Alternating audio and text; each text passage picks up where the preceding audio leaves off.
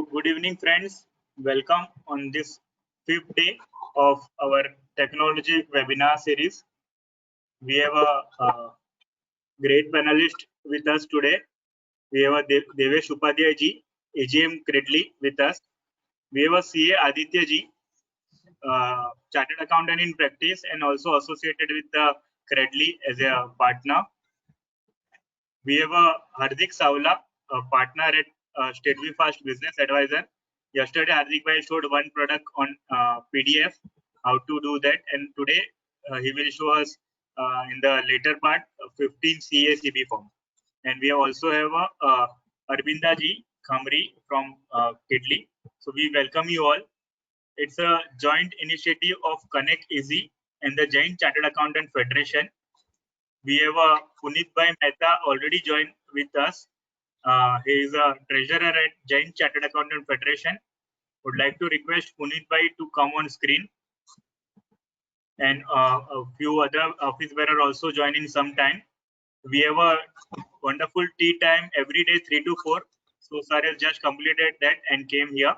We welcome you, Punit Bhai. Just want to inform you all that Punit Bhai is also a technology man, a 5-star tele partner, and master in the customization of tele. So with this word, would like to request Punit Bhai for welcome address. Thank you, Virag Bhai. And today we are having a very wonderful session.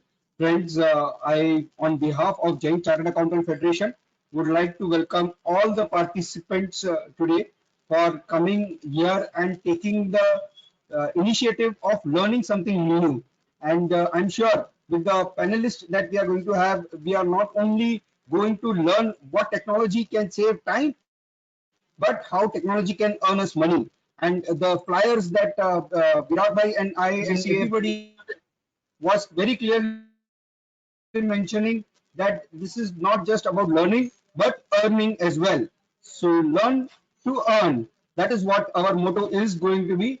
And I welcome our star speaker today, CA Aditya YS. He is a partner at Credly, and I'm sure he's going to deliberate on not only how payroll as a service can give immense revenue to the chartered accountants, and also explain the intricacies of law and the topic that he has to take what are the various aspects. I'm sure it is not going to complete in 2 hours, but definitely we should all do the best, or 45 minutes, not 2 hours, 45 minutes, but I wish you all the very best.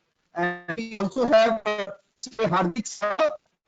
Yesterday we had it, today we have it once again, and he is going to discuss on Form 15 and those intricate forms in. So definitely this is again a very big revenue earning opportunity, and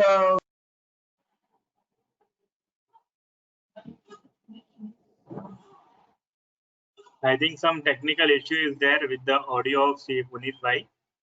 Punit Bhai, you can, we are not able to listen you now.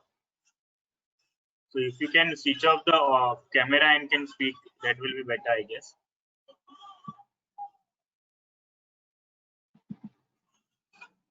Or I think we can request now Aditya ji to start our first session. So over to Aditya ji.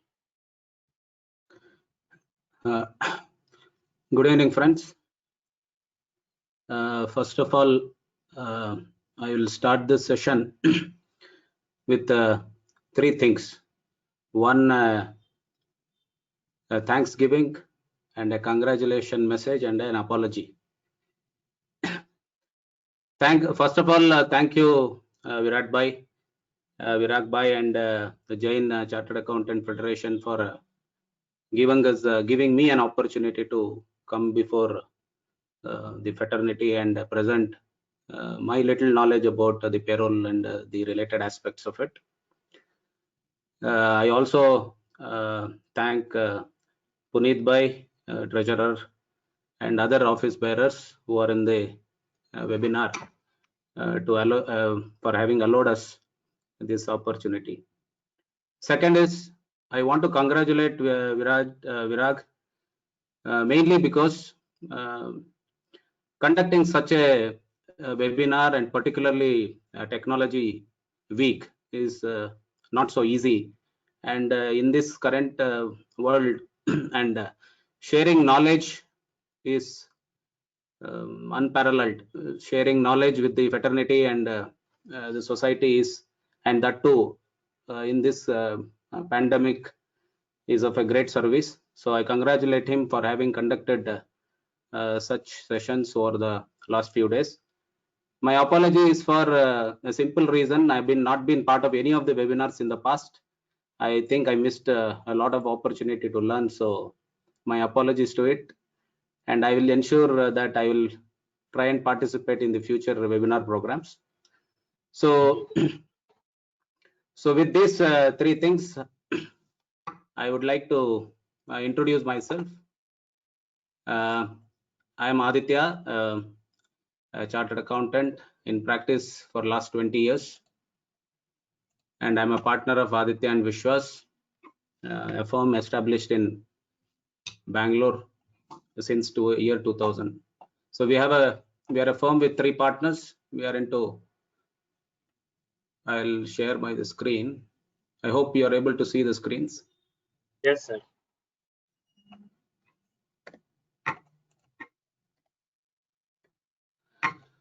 So we are into practice in corporate audits, consulting, income tax, and various matters typical to any audit firms. And we also have an opportunity and been fortunate enough to be in a practice of offering payroll services as well. So, so what am I doing in Technology Week talking about payroll as a service? So we are, as far as I know, we are here to discuss technology, but I am here talking about payroll as a service. See, payroll as an audit firm, all CAs are obviously into audit practice. Many of us are into accounting services as well. So payroll can be one extension of the accounting services. So payroll as a function can be very tricky, very responsible, and can be very good in terms of an opportunity to earn an extra bit of revenue from a practicing point of view. So what is technology here? So what I'm going to explain today is basically payroll as a functionality, what all steps are involved in actually doing a payroll. And let me tell you, I'm cautioning you, this entire set of activities which I'm going to explain cannot be done without the help of a technology. So we need a robust technological support. And for that, we have a separate team who will take over the session after about, once I finish it, maybe in the next 45-50 minutes.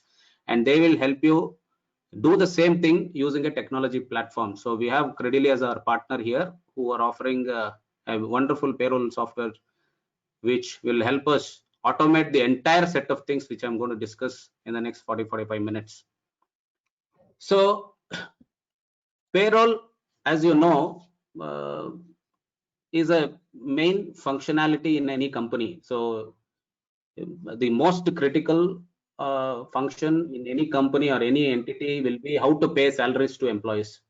So naturally payroll takes the cream. So as you know, the concept of outsourcing payroll maybe would have started sometime in the early 2000 in India, and it's a big industry, let me honestly tell you. So based on some estimates, if you can see, the global payroll and HR solutions is valued at about a whopping 20 billion in 2017 to about 50 billion, expanding in the next 4-5 years. So that's a 10% CAGR. It's not a small industry at all. So coming to India, so naturally ITS services, it is considered as an IT enabled services. So we have a huge potential. Currently, as I see, a lot of companies outsource their payroll to a third party, maybe because of confidentiality, accuracy, because you can't build a team in-house, and the ability of chartered accountants to match the expectation, the accuracy in calculation, taxation, various laws involved in the services makes it very obvious that payroll is the most critical activity for a company, and it probably cannot be handled in-house.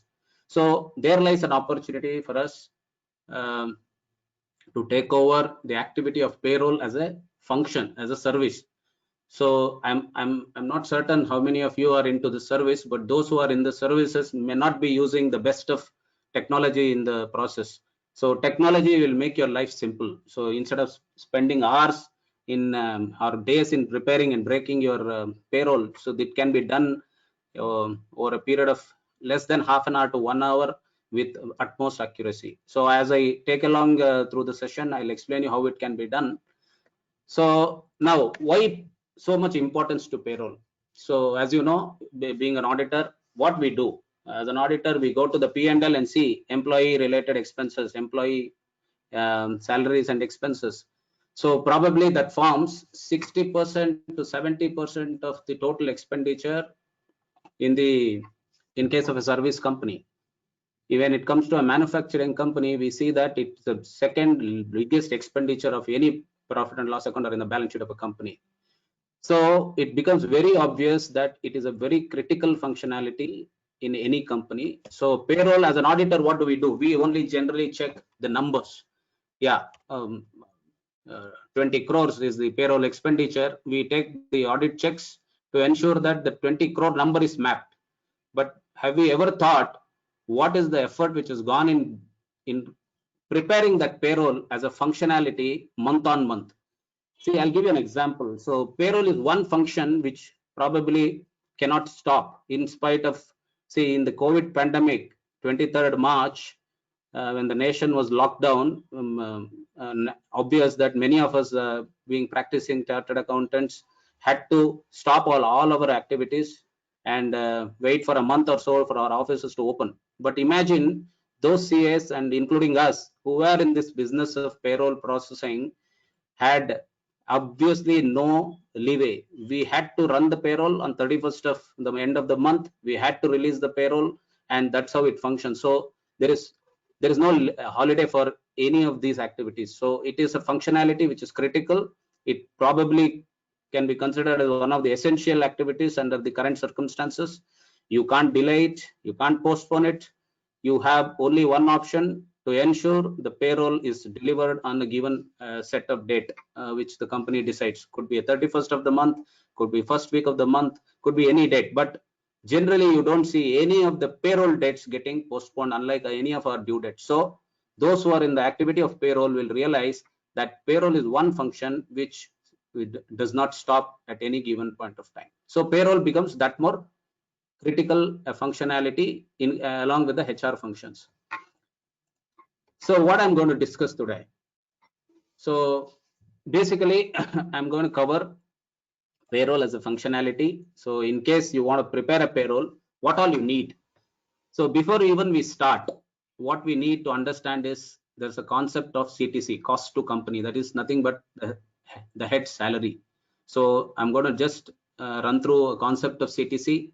So what do we require as an input to run a payroll? So inputs required for a payroll processing. Then once the input is received, so what do we do with that? How do we calculate taxes?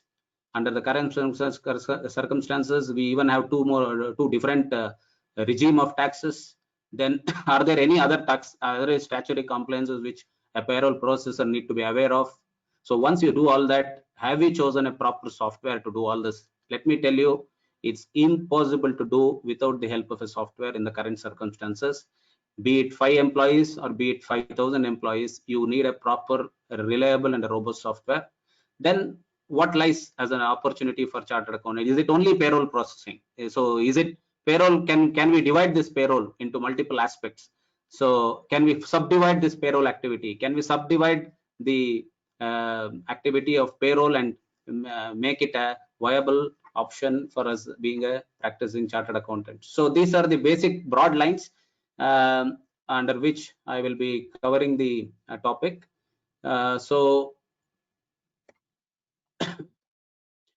concept of CTC. So I'll be sharing further screens on this topic. So let me take. So what is CTC? Are you able to hear? I mean, see this new screen? Yes, sir. Yeah.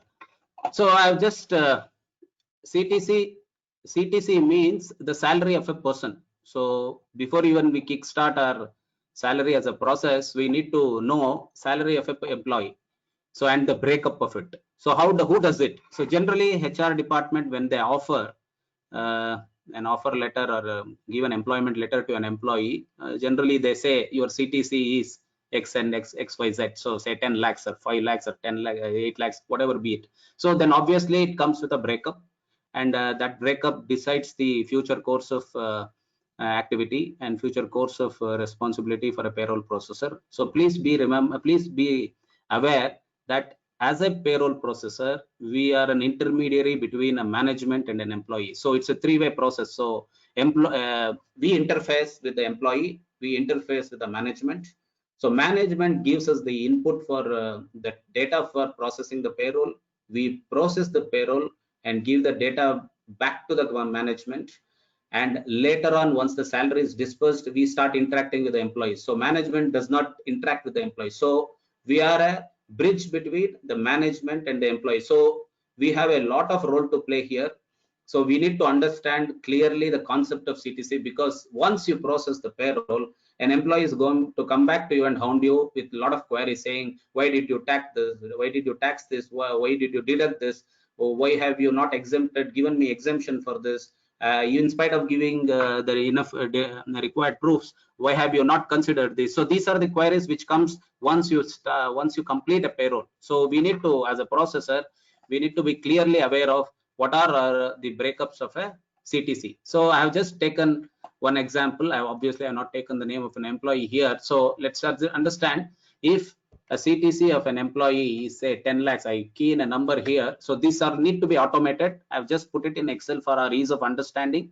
Let me tell you, without the help of software, you cannot do this, or very difficult to do this. So all that we need to do is, as practicing CS, we should run our payroll. I'm sure 99% of us practicing CS do not use a payroll software for our own payroll. So let me tell you, start now after this session.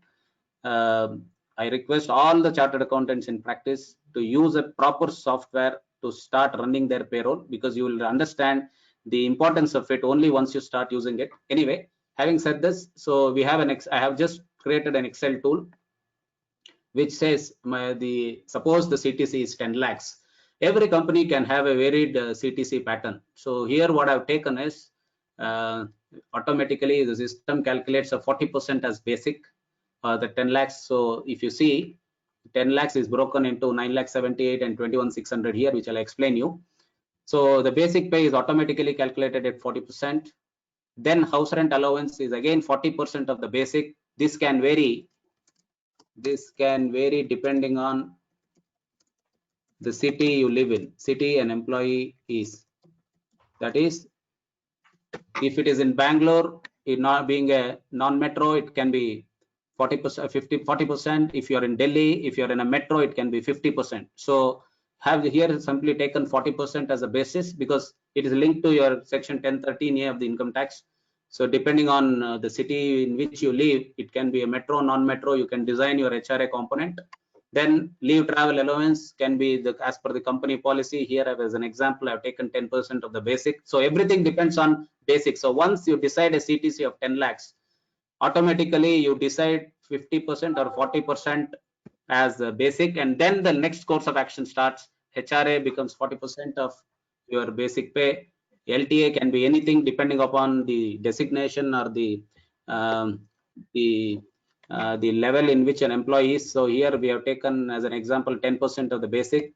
Then you can fix statutory bonus. Let me tell you, as you know, as a payroll processor, you need to be clearly aware of certain basic labor laws, the Statutory Bonus Act, the Gratuity Act, Labor Welfare Fund Act, Provident Fund Act, ESI Act. That is because in case an employee's salary today comes below 5 lakhs, effectively 4.8 lakhs, that is 21,000. Any employee's basic is less than 21,000, then statutory bonus will be applicable. So as a payroll processor, you need to keep a watch on this CTC. Suppose let's assume 4.8 lakhs.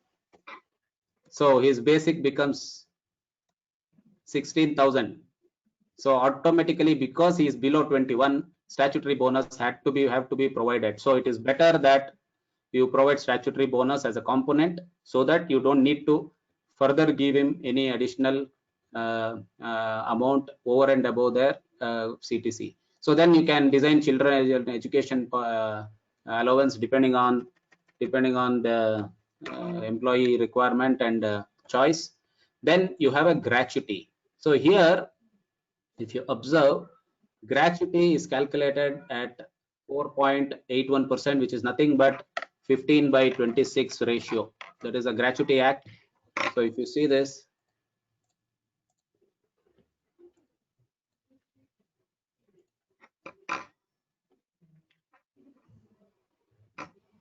it will come to this gratuity act. So any employee who completes 5 years is eligible for gratuity. So many of the companies make it a part of the CTC. So 4.81% is a standard gratuity rate calculated as per the Gratuity Act on the basic. Again, if you see, it again calculated based on the basic. Then special allowance becomes a balancing figure. If you see here, the PF employer contribution is taken at 1,800 a month or 21,600 per annum. This is, there is a provision under PF Act which says that 12% of the basic can be a PF contribution, or 15,000, 12% on 15,000, whichever is less. Here a company has an option to restrict the contribution of employer contribution to PF 12% of the 15,000, which is a standard basic as per the PF law. So it can be more, but it can't be less if the salary is, if the basic is above 15,000 per month. So here, since it is more than 15,000, it is restricted to 1,800 a month. So here, if you observe, cost to company includes all retirement benefits. That is, his actual salary, if you see, is about 9,78,000, whereas his CTC is 10,000. That is because even the employer contribution here is considered as a part of the CTC. There are many companies which will say we will pay PF over and above their CTC. So in that case, this goes out, and naturally, if you see, the CTC gets reworked and it gets adjusted in the special allowance. There are many companies which says gratuity is also outside of the CTC. So you remove this also, depending on the company policy. Again, the salary gets reworked. So these, see, every company can have multiple aspects of this. For example, a company may have all the combinations of this. For senior employees, company may say CTC is a part of the PF and gratuity are a part of CTC. For a lower level employee, say below 5 lakhs, company may say CTC, PF and gratuity are not a part of CTC. So in the same company, you might have multiple CTC components or concepts. One, the retirals being a part of CTC and retirals not being part of CTC. So how do you keep track of these things over an Excel? It's impossible. That's why I said a robust software is what is required, and a software, once you configure this, it will do all these calculations automatically. So what you need to do is just one setup in the software which says CTC X is applicable to this employee, Y is applicable to another employee, and it calculates automatically. So I hope the concept of CTC means the breakup of CTC. It can include the retirement benefits in some companies. It may not include the retirement benefits in some companies. It's a company policy. As a payroll processor, you don't have a say. But let me tell you, because you are a payroll processor, you need to keep a watch on this, because as a company, they will only give you data. Your job is to ensure that it is legally compliant. For example, as I said, the moment his basic salary falls below 21,000, he is eligible for a statutory bonus. The moment his total salary comes below 21, he may have to be applicable even under the ESI. So ESI is applicable where his wages is less than 21K. So here, because the salary is 10 lakhs, 21K is about 2.5 lakhs. So if the salary is 2.5 lakhs and less, then ESI kicks in. So as a management, they may not be aware. They will simply say so and so employee is been offered a job, and they will say salary is 2.5 lakhs. Then when you start working on the breakup and working on these requirements, suddenly you may say that bonus is applicable, then ESI is applicable, PF is applicable, and you may have to alert. So your knowledge of related subjects like PF, ESI, and gratuity and bonus act will become very essential to run a payroll as a function. So CTC is a concept by itself where you break the salaries into multiple allowances, many of them purely related to income tax matters like LTA, HRA, children education allowances. Many companies may not even have these allowances. They may simply say basic, HRA, and special allowances. They may not have any of these. Few companies may have multiple things. Some of the companies may have attire allowance. Some of the companies may have multiple reimbursement models also, which I have not considered here because may not be relevant at this point of time. So what is our main requirement is to understand the concept of CTC. I hope I made it clear that CTC is a concept where cost to company means everything what the company incurs on an employee is considered here. So here, designing best and most efficient salary structure, naturally, because the more allowances and breakups you give, an employee might remotely have some option to save his taxes, but with the current two tax regime, those options are slowly fading away. But anyway, you have still the old regime of taxes, so HRA is still many employees may still opt for it. Leave travel, many employees may still opt for it. Today being two regime taxes, many employees may say that I don't want HRA also. So I hope the concept of CTC is understood.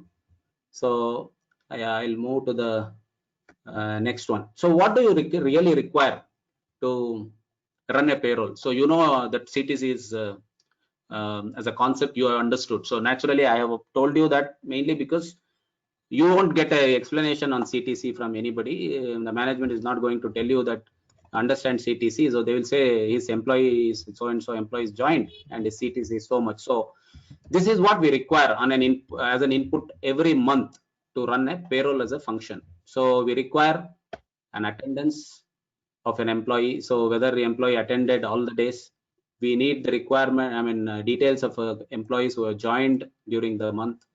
We need the details of the employees who have resigned or been terminated from the company.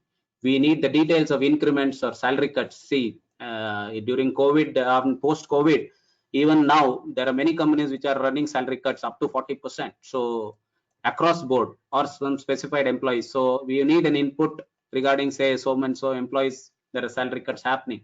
So maybe there are some bonuses, incentives which are required to be paid in a particular month. There could be loss of pay. Why the loss of pay? Maybe because of leave, they have taken excess leave.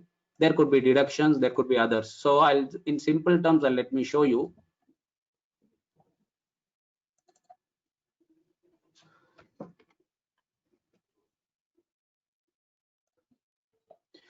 So this is what we get it from employees. This is a format again done in Excel, and this probably will have to be continued to be maintained in Excel. And every company need to share it with the payroll processor on a month-on-month basis. So what is this? This is a summary. So new join is as per the format attached. So you can come here and see so and so employee has joined in the month. So I just taken an example. Employee A, his ID, his name, then has a host of requirement like his date of birth, his date of joining, then gender, then his contact numbers, whether he's working location. So whether he's working in the registered office, factory, branch, depends. So where is he working? So which department is working? His designation is a software engineer. Employee status active. Is a full-time employee, part-time employee. Is there a probation period? So what is his grade in case there is a grade in the company? So who is his reporting manager? So then see, this is a critical amount. So this is a critical figure. 6,60,612 is a CTC. This is all what you get as an input. So naturally, when you are using a payroll software or a tool, the moment you key in this number, automatically it breaks it into the required and approved formats. the allowances. Then Aadhaar card, his PAN card, his emergency contacts, bank account details. This is a format in which management will share with you the employees who have joined the company in the month. So this is a very critical information because you need to process the payroll for this employee as an additional to the previous existing employees. Then comes resignations. Are there any resignees? Yes, there are some resignees. So employee number so and so, his name. So see, look at this, the date of resignation. So employee has resigned on 20th of July. So this is what you'll get it from the company. Come to loss of pay. Yes, again there is an employee who's 31 days he's been on loss of pay. It's not actually leave because he has exceeded his leave and hence the loss of pay. So entire month there is a loss of pay for a particular employee. Then comes deduction. Okay, so there is an employee, 10,000 to be deducted. July deduction starting month July 20th. Number of installments 10. What is that? Towards what? Staff loan. So you will get an input saying that 10,000 to be deducted on a month-to-month basis starting from July for the next 10 months. So this is the critical information. So you can't be going back to this Excel and keeping a track of every input. So the moment you see this input, you are going to utilize the software tool and key in the format, key in this input, which automatically helps you and keep a track of the every month deduction to this employee, which is a staff loan recovery. There is another employee which says 2,500 excess travel claim. So we need to, as a payroll processor, we have to deduct 2,500 from the employee also. So this is this one additional information. Then there is something called a master change. So are there any changes to the designation? Is there anybody transferred? So an employee, see, look at this, he's transferred to Haryana on 5th July. So his revised cost center. So those companies which are accounting based on cost centers, we get a detail some cost center change. So this also need to be factored in the payroll, because at the end of the payroll processing, as a payroll processor, you are going to give a journal entry to the finance section to pass an entry in the accounting system. Many of the softwares automatically pass the entry and integrated into many of the, Tally and QuickBooks also. Credily is one such software which integrates this entry also into the software. But there could be a situation where you are not comfortable with an auto integration, and as a payroll processor, your job is to give a journal entry, cost center wise, location wise, and designation wise, sometimes to the management, giving a clear cut breakup of the payroll processed, and your entry will show each cost center. So here there is a cost center change. If there is a bank account change of any employee, it will come here. Then suppose the designation is changed, somebody is promoted, they will show it here. So you automatically need to change the designation of the employee because it comes as a information in his payslip. So other changes, if there is any other, so somebody wants to let's assume he's opted for LTA, and during the month he realizes that he doesn't want LTA, so he will opt out of LTA. He will say, HRA I don't need because I have bought a new house, I am moving to my self-occupied property. So he will say, I don't want HRA, move with that into a basic or a special allowance. So all these details will come here.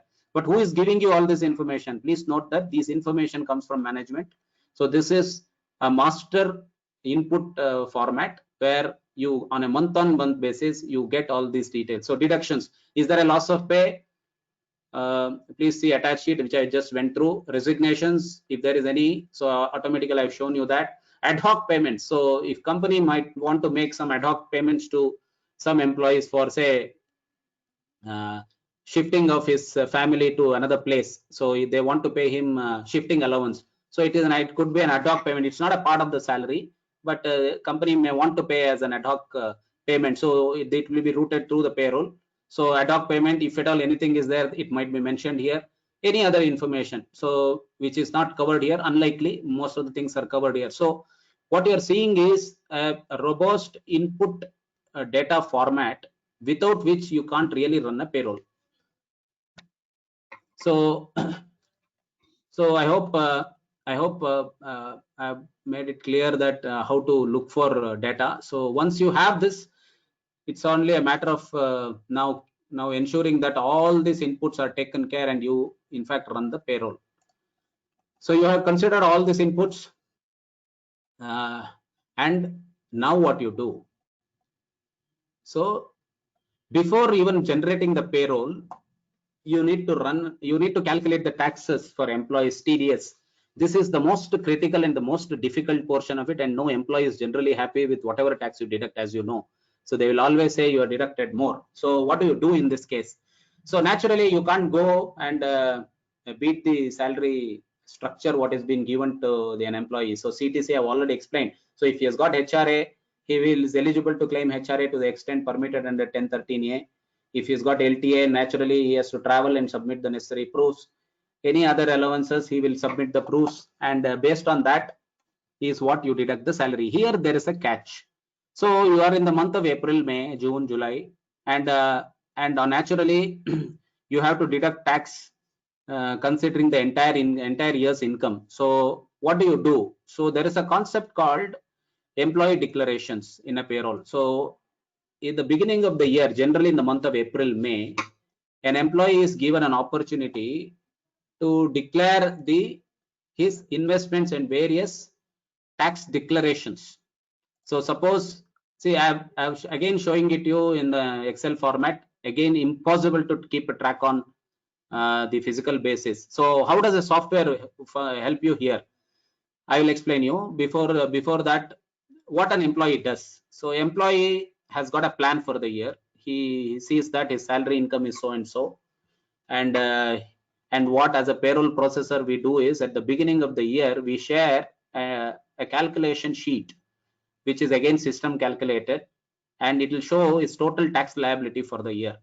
So based on his tax liability, naturally an employee will plan his taxes, and he will give a declaration of rent paid. So this is a, see, look at this. So rent paid every month. Sorry, this year is showing as 18. So April, in the month of April, proposed rent paid. May, June, July. So he'll declare that this is the rent he is going to pay. So you'll obviously declare under the, if the rent is, as you know, more than 8,000 a month, you need to declare the PAN number of a landlord. So he will also declare the landlord's PAN number.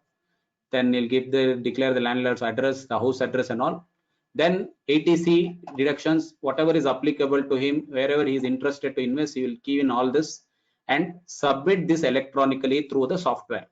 So let me tell you, those who are not using the software, they will have to collect all these things manually and verify manually and key in it to your calculations manually, which is a Herculean and a very difficult task. So what you do as a payroll processor is, if you are having the correct software, it will give you an employee to declare online an option on all these parameters, and it will flow into your calculation, and the system will automatically calculate the TDS. So having said this, why I'm showing you this is, these are the minimum, these are the information which an employee will key in depending on his tax liability and his planning for the taxes. So it could be ATC, it could be interest on housing loan under section 24, as you know, the income on self-occupied property, all this he will fill up and he will submit to the payroll processor. Payroll processor will consider it and then process it and recalculate the taxes, and that is how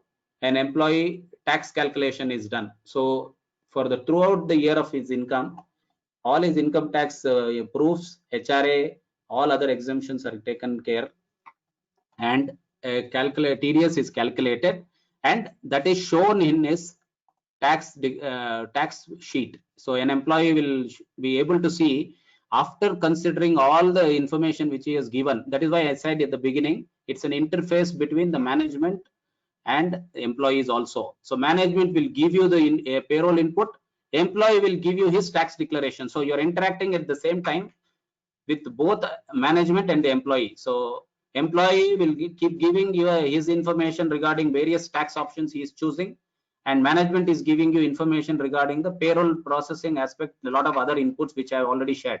So here, this is an information which employee is sharing it with you. The tax declaration format which I just showed it to you.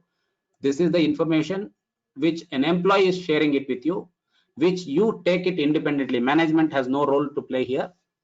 So you key in, you calculate the taxes, you share the tax liability with the employee, again automated, because the employee will see it in, once you consider all this, he will be able to see it in his screen. So he will agree, disagree with your calculation. There could be some interface between you and the employee on these matters. So employee tax is calculated purely based on these two parameters: the structure of the salary, then what is his tax planning. So based on this, a tax declaration is tax calculation is done. And with once you do this on a month to month basis, see, because as I told you, tax calculation is a monthly affair. Every month there could be changes, because he could be given an incentive, he could be given a bonus, there could be salary changes, there could be additional investment proofs coming in, he may change his mind to pay rent extra, not to pay rent extra, opt out of HRA, opt in into HRA, moving into a self-occupied property, not moving out of a self-occupied property. There could be hundreds of things which can happen every month. So tax declarations and tax calculation is a monthly affair. So once you do this, so you run the payroll. So this is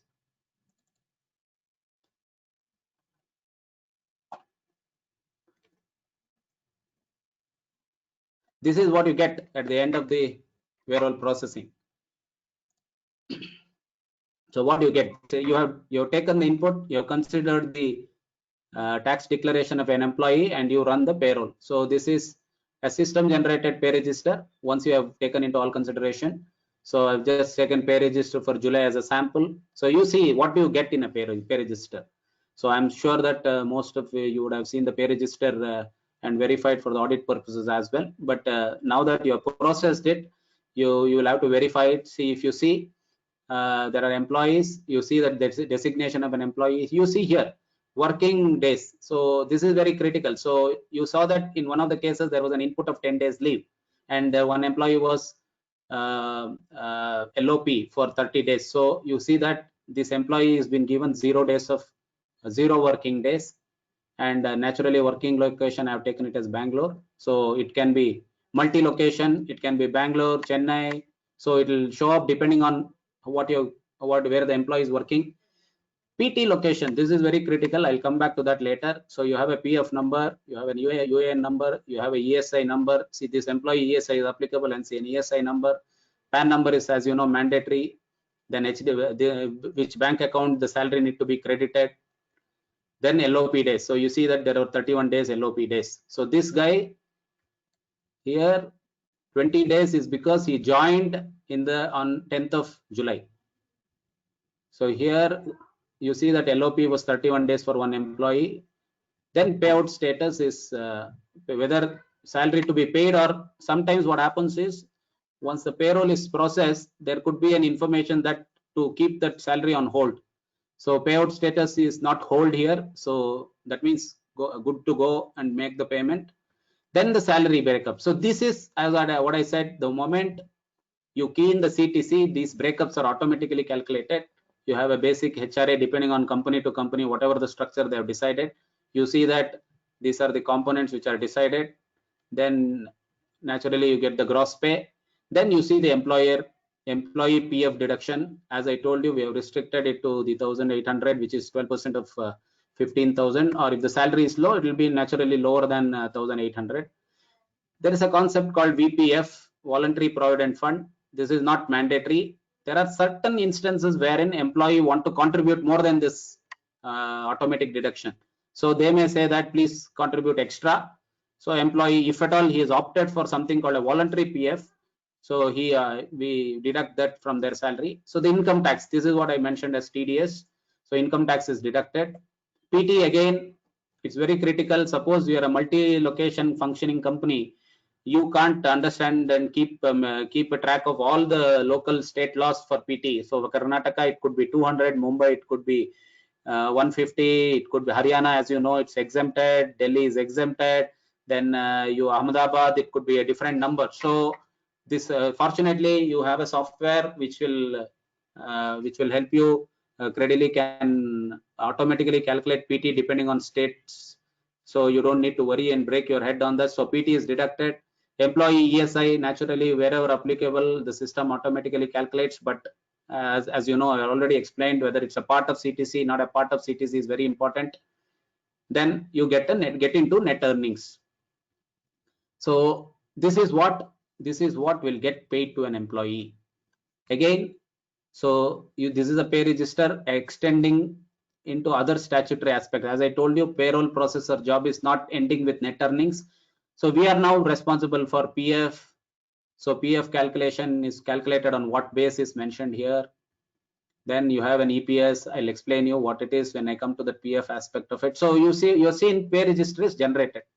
So this is the first output for having taken into consideration various aspects of CTC and inputs of the management and employee interface. So employee has given you what?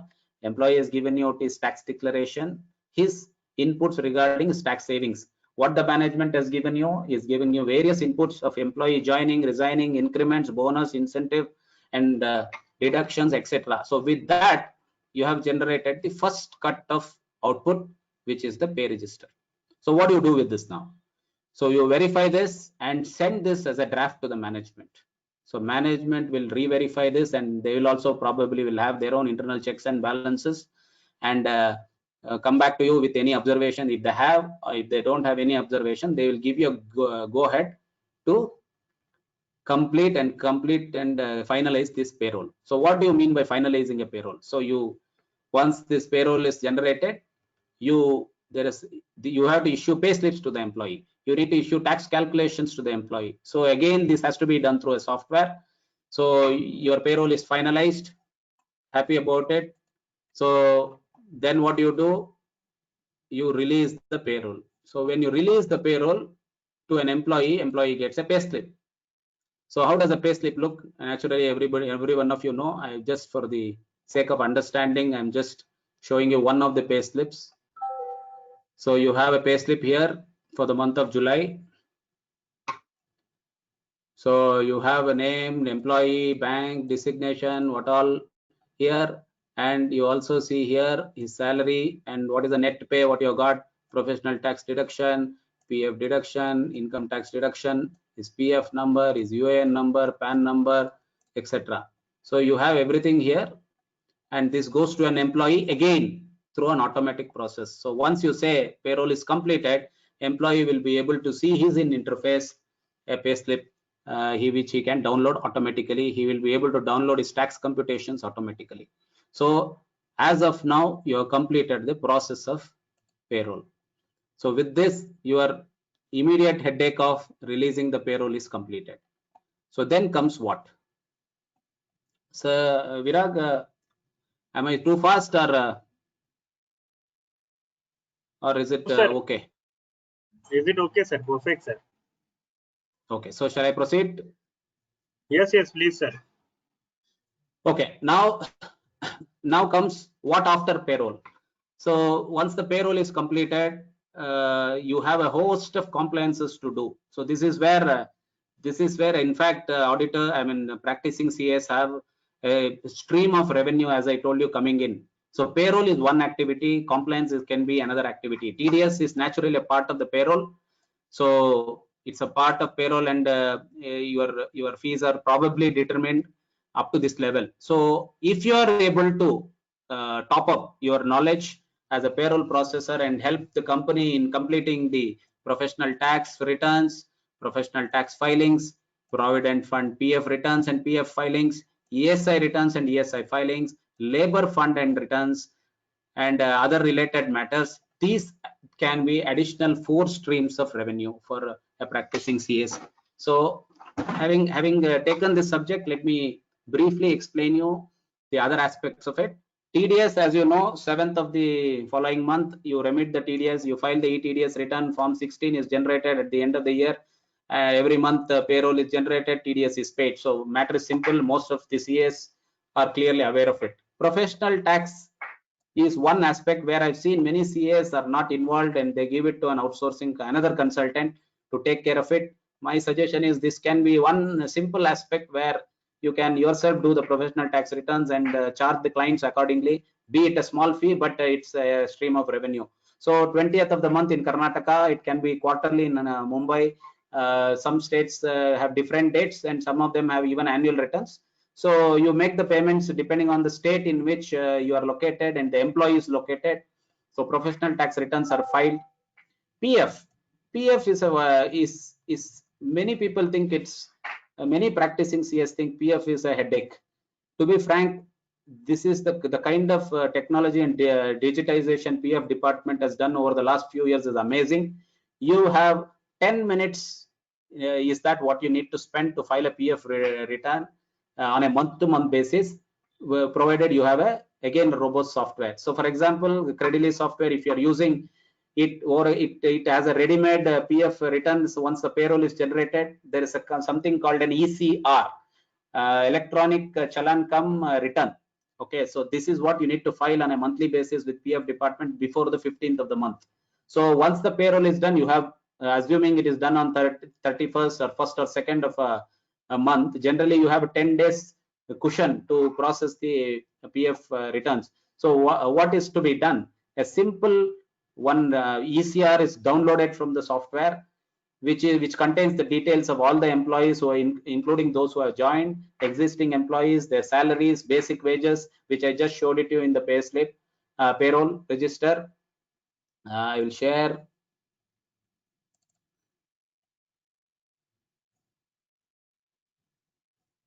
Sorry.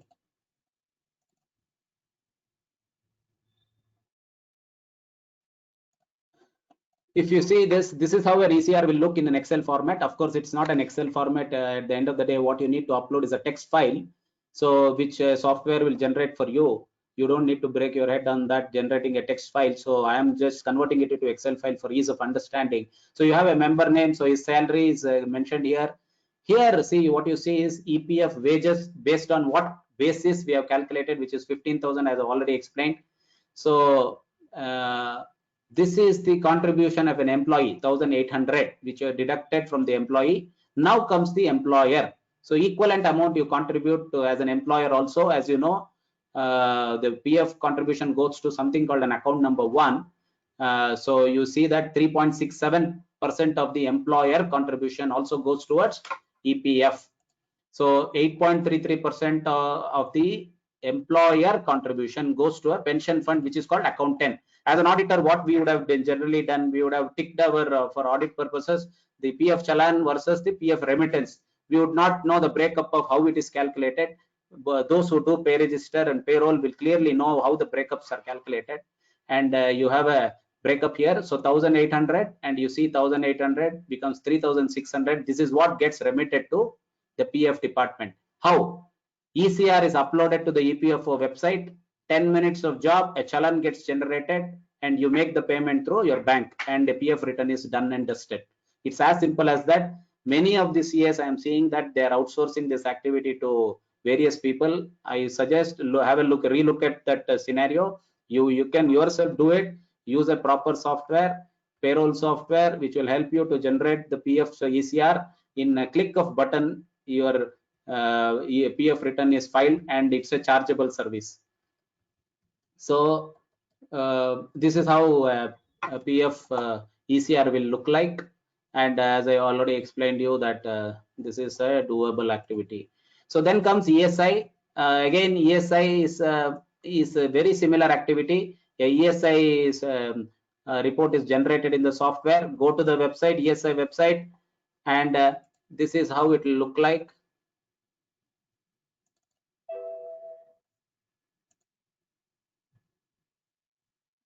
A simple, there is a see, one thing you have to clearly remember, ESI is, in case you are handling ESI for your clients, you have to generate the ESI card for an employee within 10 days of he joining the company. So here it can be tricky. If you're only a payroll processor, you will not know unless the payroll day that he has joined the company. So in case you are handling ESI, you please ensure that you generate the ESI card within 10 days of he joining the company.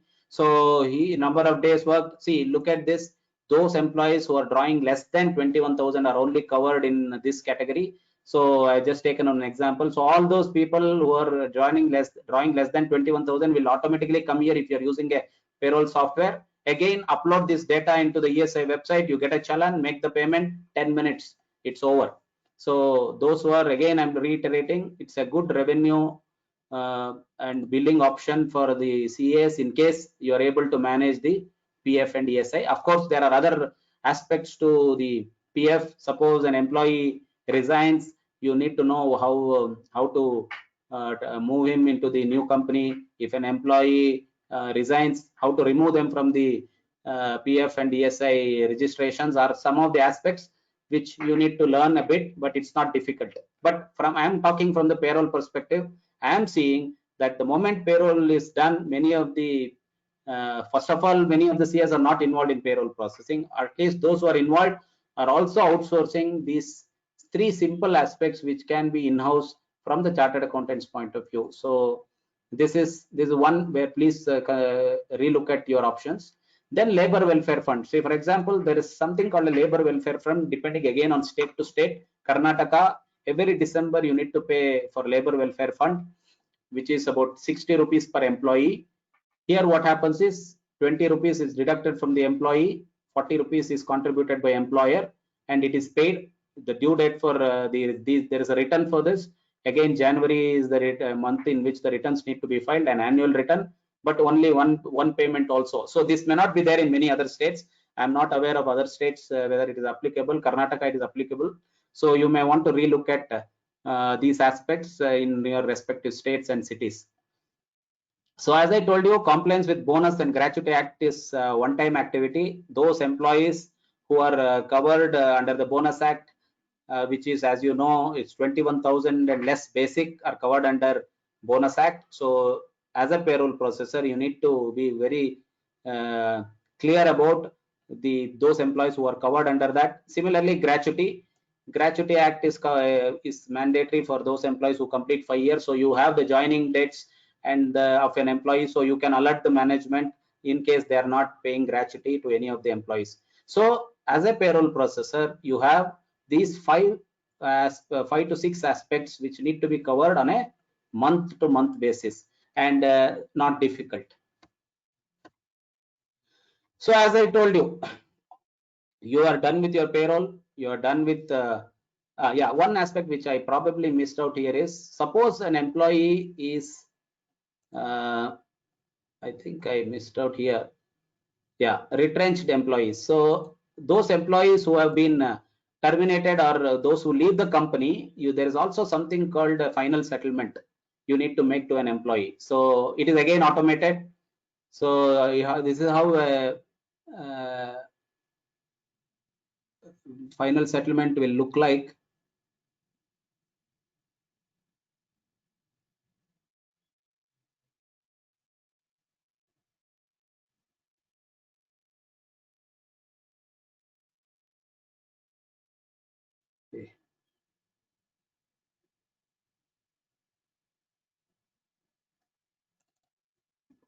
Yeah, full and final settlement. So when an employee leaves, automatically this sheet gets generated through a software. That means he is leaving the company, and there is a reason for leaving the company. So you see that designation, I mean reason for leaving as resignation. Then you have basic salary, HRA, all this for that month. Then various deduction and approved by, and this is how it will not go through a normal process of payroll. It will go through this final settlement sheet. So this again is a very important document for an employee, for him to join the new company. So this is a full and final settlement sheet which you need to issue as a payroll processor for those companies or those employees who have left the company or been terminated from the company. So you have done this, you have done the statutory compliances. Then what you need to give it to the accounts and finance department is also very important. So the software will help you to generate various reports, which is called gross pay reconciliation and net pay reconciliation. So it says, see, for example, a software will throw up a report like this: gross pay, net pay reconciliation, say month on to month. You can see that if there is a major variation, you can see if there is a mistake which has happened, or is there something which you need to reconcile, and see if there is any error which is crept in. So this is one report which automatically system throws up if you are using again a good software. And you see that April is a month, gross pay, net pay, May, gross pay, net pay, June and July, and this YTD means year to date. So this is the summation of all the months. So this will give you a bird's eye view of whether there are too many variations. For the purpose of management, this will help. Why there is a huge variation? Is it because the employees have left? Is it because of salary cut? Is it because of increments not being given? So this will give you some idea of various reports. So this is consolidated net pay report. Again, this will show you net pay month on to month, a comparative statement. This is again thrown by a software. The report is given by a software. Then you see payroll reconciliation report, which is quite good. It will give you allowance wise. See, basic for the month of April was 1,53,000, May 153. You see, suddenly there is a dip in July. We need to see whether it is for any reason, unless it is a termination or loss of pay. So this will give you a basic idea as to how the variation is happening month on to month. Imagine a situation if you're not using a software, these are all impossible to be done manually or in any Excel tool. It's practically impossible.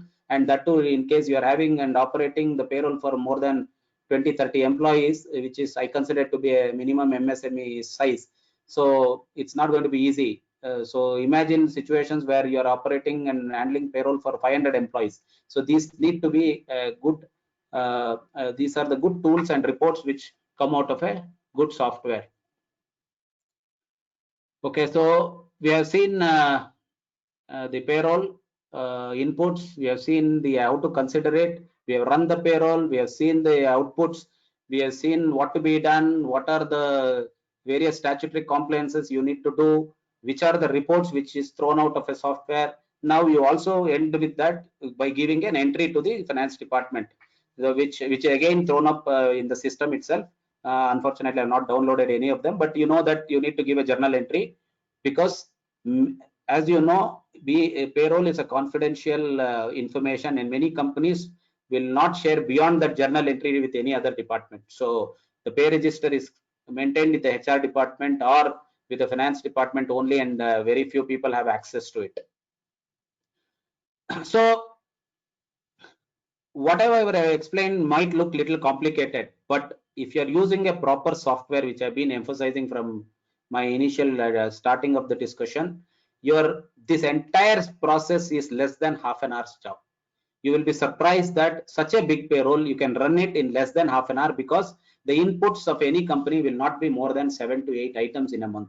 So 7 to 8 items, if you factor it, everything is automated. For example, if there is no input, for example, there are no employees, new joiners, there are no employees who have left, there are no increments, there are no deduction, it is just a repeat of the previous payroll. So one button, clicking of one button will keep your the next month's payroll completely ready. So we have been in practice for, as I've already mentioned, for about 20 years, and out of this 20 years, we are in payroll processing as a service for about almost 15 years, and we have used many softwares over a period of time.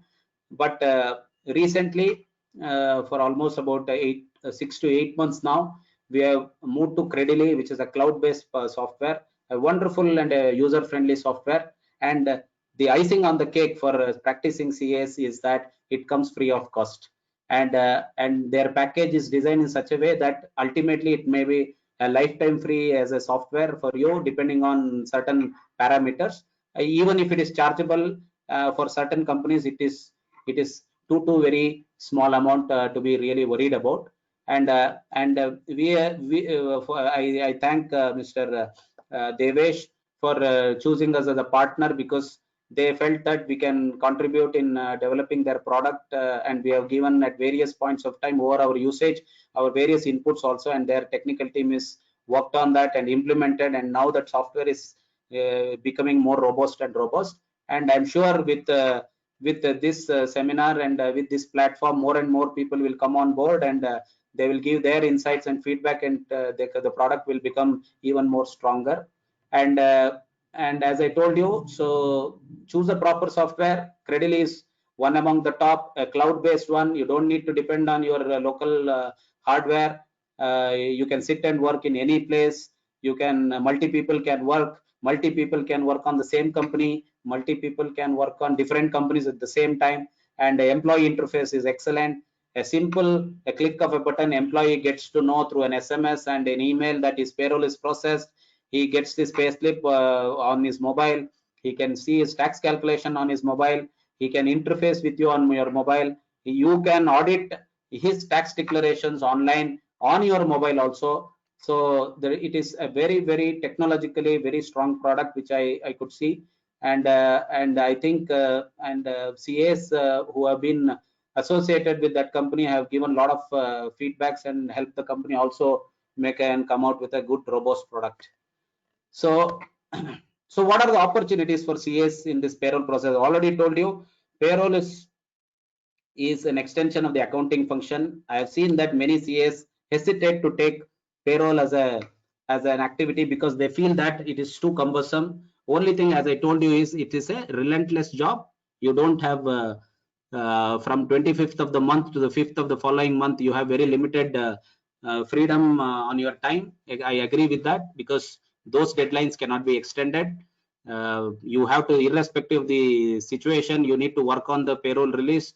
COVID, no COVID, doesn't matter. You are working on 31st of every month, and you are working on it. And I suggest, speak to your clients, those who are having their own payroll in-house, somehow convince them to outsource it to you, charge them reasonably, which is any client will agree with it. And PF, ESI, start handling yourself, professional tax, start handling yourself. And these four put together can be a huge opportunity for CAs in practice. A simple payroll, assume that you're having say some 50-60 clients, small with 10-20 employees. Convince them to move to you, run payroll for about 10-15 companies in a month, and I see that a good stable revenue stream coming into you, which I'm sure is a very healthy growth for a practicing CA. So I guess I've covered all the aspects. I'm not sure whether I've run through too fast. I did not even wait for your whether your people were understanding it or not. I hope I've covered all the aspects of it. I hope I was also able to communicate what I wanted to tell you. And I once again thank Mr. Virag for giving us this wonderful opportunity to present before you this payroll as a service webinar. Thank you very much. Thank you, Aditya ji, for a wonderful presentation and giving your insight about the payroll as a service, as what you are doing from last 15 years or even more. So, Puneet bhai, you want to ask anything to Aditya ji regarding this? I think he's covered all the subjects very wonderfully. But typically, for a size of 100 employees, what should be the charges that a chartered accountant can look at anywhere between 100 to 200 employees? So per employee charges, or what it should be looked at as a revenue stream, and same again with the cost perspective also. So if you could just share that as well, typically with all the yeah, please. See, there are two things. One is, are you handling the accounts for that company, or you're only doing the payroll? So these two things differentiate the pricing. If you're doing the accounts, then the expectation of the client will be that payroll will automatically be a part of it. And unfortunately, that's the way a client will look at it. But having said that, payroll only as a function, if you are able to even manage ESI and PF and PT together, anywhere between 100 to 150 rupees per employee can be billed. But that is only a benchmark figure. That can be a sizable number. So what happens is, if you are having say 20 employees, 30 employees, 100 to 150 may not be a client, may be too less for you, because you are spending a quality time. So you can say a fixed amount of say 10,000, 7,500 can be a sizable number. I am saying, if you are able to convince your client and somehow bring into your fold say 20 payroll with even a size of less than 10,000, so that can be a very sizable income for a practicing CA on a month-to-month basis. And I'm telling you, it's a one person's job, or if you are able to designate 2-3 employees to do multiple projects, so it's a 1 week of effort. If you are using a good software, and Credily is one wonderful software, let me very honestly tell you, they are doing a great job and a great service to the community also by keeping it free. So there are many software which are extensively expensive. Many of them are not cloud based, many of them are not user friendly, many of them not are employee friendly. So they win in all parameters, but we have suggested them on to improve on certain tax compliances, because I find they're working on it. They're taking the feedback of CS very seriously, and they've really worked very hard in the last 3 months in spite of the pandemic. So their support system is very good. Mr. Arvinda, who is on the screen, is a wonderful person who is available 24/7. At least for us, he's been very responsive. Devesh has responded very well. Their technical team is good. So I feel CS across should take over payroll as a function, and I'm very I'm very worried that most of the payroll are done by big MNCs. You will not believe even Accenture is doing payroll for big companies. So there are many non-CAs who are thriving in this business. So why not CAs? So CAs are the best people to do this activity. So you see that many non-CAs are running a payroll company. So I think this forum, I'm sure at least 90 people are listening, and more will listen in the future. So they should seriously work with their clients and try to do it in-house. The first and foremost, my suggestion is do your own payroll in the software. So I'm sure most of you are not doing your own payroll through a software. So even if it is 5 employees, 4 employees, my suggestion is start using it. It will give you that much of comfort and knowledge on the subject. Yes, so same question is myself also. I want to ask to Puneet ji. That's why I have given to Puneet ji regarding the remuneration, because as a CA, all want what will be the my professional fees in initial time or in the pandemic time. All are wanting that we should have some extra income. So I want to tell you one more thing, that I also used Gradly for one of our client, and it is a free, and that's why I used initially. In the initial days of my practice, you can say, or CFO services. So it's a very good software, I also thought, and that's why I personally contact Gradly, Devesh ji, to keep this session. And I just don't want only for this software. I want that some chartered accountant like Aditya ji explain what is the payroll services as a chartered accountant. Sir, you have wonderfully explained. We will put this on YouTube as well, so many other will also have a benefit of this webinar series and this your webinar series. And thank you so much, sir, once again. Our Vice President, JCF Vice President CA Hirachan Bafnaji is also here. Bafnaji, would you like to add anything in this? नहीं sir, जैसे अपना hello to everybody. Whatever we are doing since 2 weeks, it is only for the benefit of the person in practice or in salary or the industry. So the initiative what you have taken is fantastic, and all the programs or all the software which we have seen in last 2 weeks were fantastic, and it will really improve and it will save quite a lot of time of the practicing CA or the industrial organizations who are using it. जैसा sir ने भी कहा कि maybe it is 3 or 4 भी हुआ, and if that can save your much lot of a time on in calculation, you can focus on your other what you can say time on the policy making decision, where you can grow also. So that's a good initiative, and good thing Virag, you have done, and all the softwares which you have taken in this 2 weeks are fantastic. Thank you. Thank you, Bafna ji. And now would like to request Arvinda ji to start the presentation about the Gradly in a brief. Over to you, Arvinda ji. Sir, Yeah, please. Virag ji, as I told you, I have a personal another appointment starting any minute now. So I will take leave. Yes, sir. Thank you so much. I once again thank the entire forum for giving me an opportunity to speak on the subject. Thank you, Bafna ji. Thank you, the bearers of Jain Chartered Accountant Federation. Thank you once again, Virag ji. Thank you very much. Thank you, Mr. Thank you, sir. Thank you, Devesh, and thank you, Arvinda. So yeah, Virag ji, before Arvinda or Ranjana, so my team people like Ranjana and Arvinda has joined this call. As Aditya sir has rightly mentioned the importance of a payroll for the CA practitioners. So we would like to present like what exactly the Credly is. Before we start, like what exactly Credly does. Credly is basically a company based out in Bangalore, and we are in the system from the last 3.5 years in the market, right? And we have onboarded more than 3,500 plus companies on our platform in this last 3 years. So more than 3,500 companies have associated with us. They are running their payroll. They are tracking the leaves of the employees. They are tracking the attendance of their employees using this cloud-based software.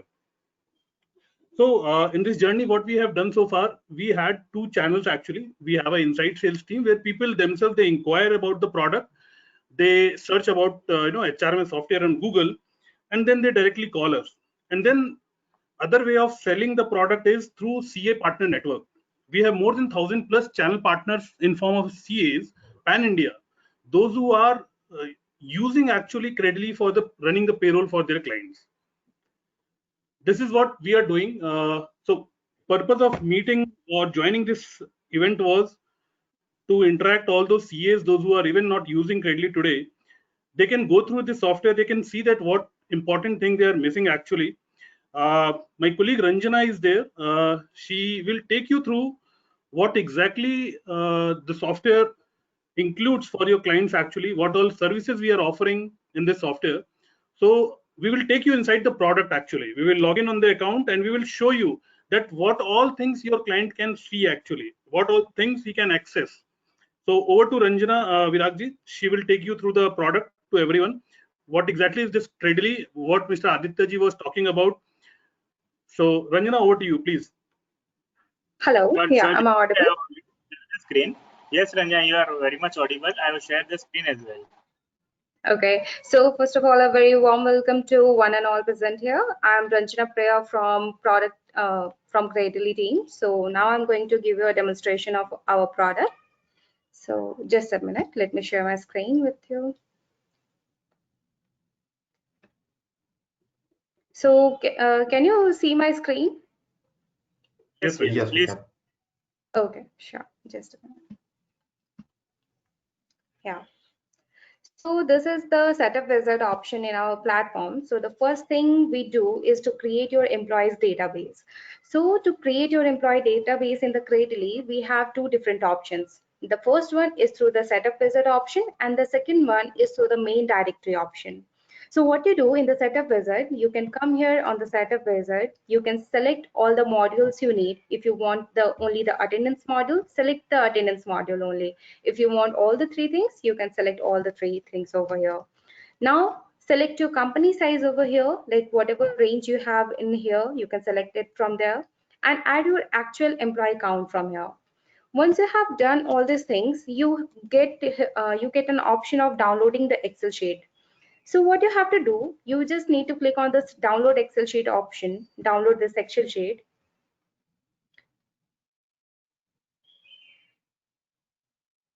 Yeah. So you will need to add only your employee's name, either their phone number or email ID. Any of this information you can add. If you have both the things, both the email ID and phone number, you're free to use. So once you will add all the information over here, save this file in your system, come back to the Credly setup wizard and upload the Excel sheet. So what will happen once you use the setup wizard to add all of your employee details? So here you get an option of invite employees. You just click on the invite employee option and all of your employees will get an activation link from your side. So from that activation link, they will be able to create their own separate portal. Like they will get their own ESS portal from where they will be able to apply for leaves, they can mark their attendance, they can download their pay slips, and they will be able to perform their own employee service portal, all the things over there. Then what you can do, come to this dashboard. So this is how the dashboard looks like. So the first option to create your employees database was through the setup wizard, and the second one is through this directory option. So directory is all about your organizational information, like you will be able to see how many employees are working in your company, what is their information, like their email ID, phone number, everything. The whole organization data will be there in the directory. So to create your organization's directory, again, you get two options over there. Click on this import option, bulk add this Excel sheet. Download this Excel sheet from here of the bulk add employee. This is the main database. Just a second.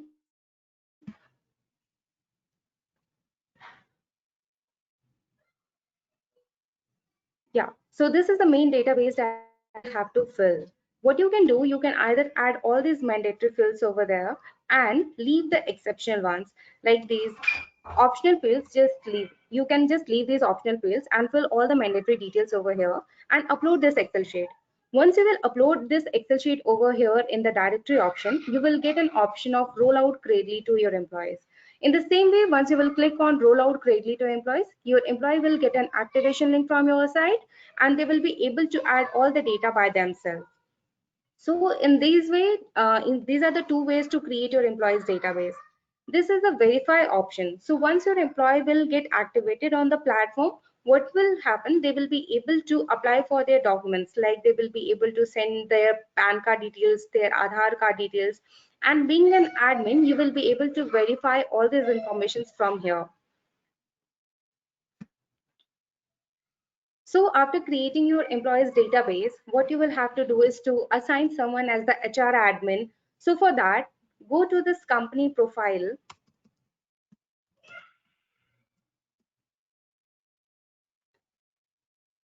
This is your company's profile. This is like the whole information about your company, like where is it located, how many locations you have, what are the departments in your company, and what are the designations you are offering to your employees. Then this is the announcement section in your company profile. So whenever announcement is all like a notice board kind of thing. So whenever you post an announcement here in the announcement section, it will be visible to all of your employees. So your employees will be able to see it in their task and notification option in the dashboard. Then comes the policies option. Here you can add all the company policies that you want your employees to know so that they can come to their option in their ESS portal and they can download the policies from there. After adding all your employees and the CEO, HR, admin, everyone as the employee first, then come here in the admin portal and assign someone as the CEO. You will be able to add only one person as the CEO and multiple person as the HR admin. So the CEO and the HR admin both will have the same access to the system. They will be able to make all the changes in the system. They will be able to verify, edit, or delete any kind of data. Once you will add someone as a finance admin, though that person will only be able to see the payroll part of your employees. Like he will only be able to see the PAN card details or the salary details. He won't be able to make any changes in the software. After creating this admin portal, like after assigning someone as the CEO and the HR admin, what will happen in this organization chart? Here is an organization chart. So the hierarchy of your company will automatically appear here. You will be able to see who is the CEO of your company, who is reporting to whom, who are the managers, who are the HR admins. All the data will be visible here in the organization chart. Once it is done, then we have this attendance module in our platform. So in Gradely, there are three ways of doing the attendance. The first one is through this web login option. Can I minimize this one? Yeah, please. Yeah.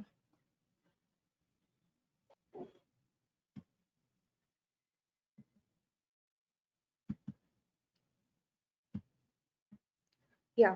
So the first one is this web login option through which your employees will be marking the attendance and all the data will get automatically captured in the software. So you will be able to keep a track like from which location they have logged in, what was the IP address, their in time, out time, everything will be there. Then the second option is through the Excel sheet. So what you will have to do, come here in the attendance log. There's an option over here. This is the import option.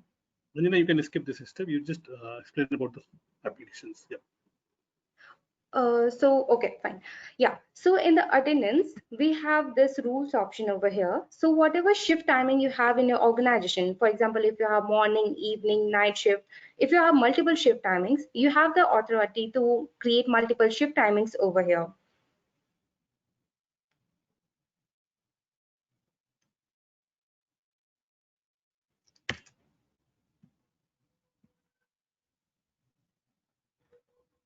Yes. So you can create multiple shift timings over here. Sorry about this.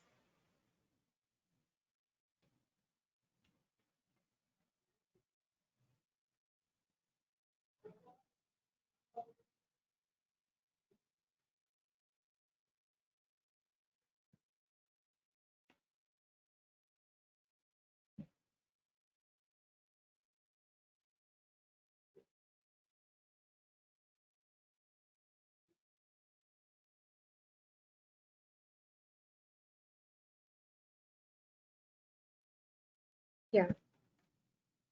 Am I audible to everyone? Yes, yes.